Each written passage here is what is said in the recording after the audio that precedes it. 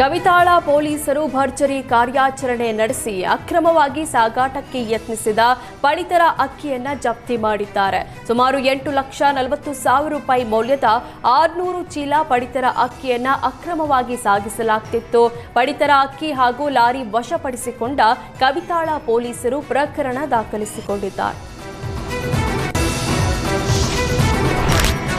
ಬಳ್ಳಾರಿ ಜಿಲ್ಲೆಯ ಕಂಪ್ಲಿ ಪಟ್ಟಣದ ಸಕ್ಕರೆ ಕಾರ್ಖಾನೆ ಆವರಣದಲ್ಲಿ ಮೌಲಾನಾ ಆಜಾದ್ ಶಾಲೆ ಕಟ್ಟಡ ಕಟ್ಟಲು ತೀರ್ಮಾನ ಮಾಡಲಾಗಿತ್ತು.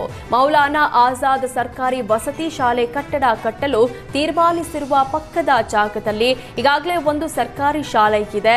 ಇದೀಗ ಮತ್ತೊಂದು ಶಾಲೆ ಕಟ್ಟಡ ಕಟ್ಟಿದ್ರೆ ಜಾಗ ಕಿರಿದಾಗುತ್ತೆ, ಮಕ್ಕಳಿಗೆ ತೊಂದರೆ ಆಗುತ್ತೆ ಅಂತ ಸ್ಥಳೀಯರು ಸ್ಥಳ ಪರಿಶೀಲನೆಗೆ ಬಂದವರ ಜೊತೆ ವಾಗ್ವಾದ ನಡೆಸಿದ್ದಾರೆ.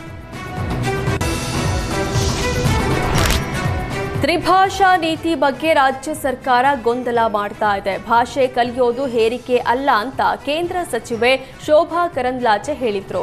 ಮೊದಲು ನನ್ನ ಹಿಂದಿಯನ್ನ ಗೇಲಿ ಮಾಡಿದ್ರು. ನಾವು ಕನ್ನಡಿಗರು, ಕನ್ನಡದ ಬಗ್ಗೆ ಪ್ರೀತಿ ಇದೆ, ಆದ್ರೂ ಎಲ್ಲ ಭಾಷೆಯನ್ನ ಕಲಿಬೇಕು. ಹಿಂದಿ ಬೇಡ ಅಂದಿದ್ರೆ ಮೊದಲೇ ಹೇಳಬೇಕಿತ್ತು.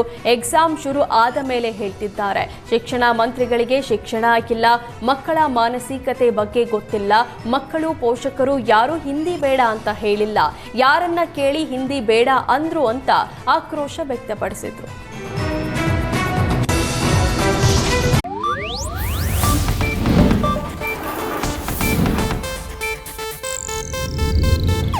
ಇದು ಏಷ್ಯಾನೆಟ್ ನ್ಯೂಸ್ ನೆಟ್ವರ್ಕ್ ಪ್ರಸ್ತುತಿ.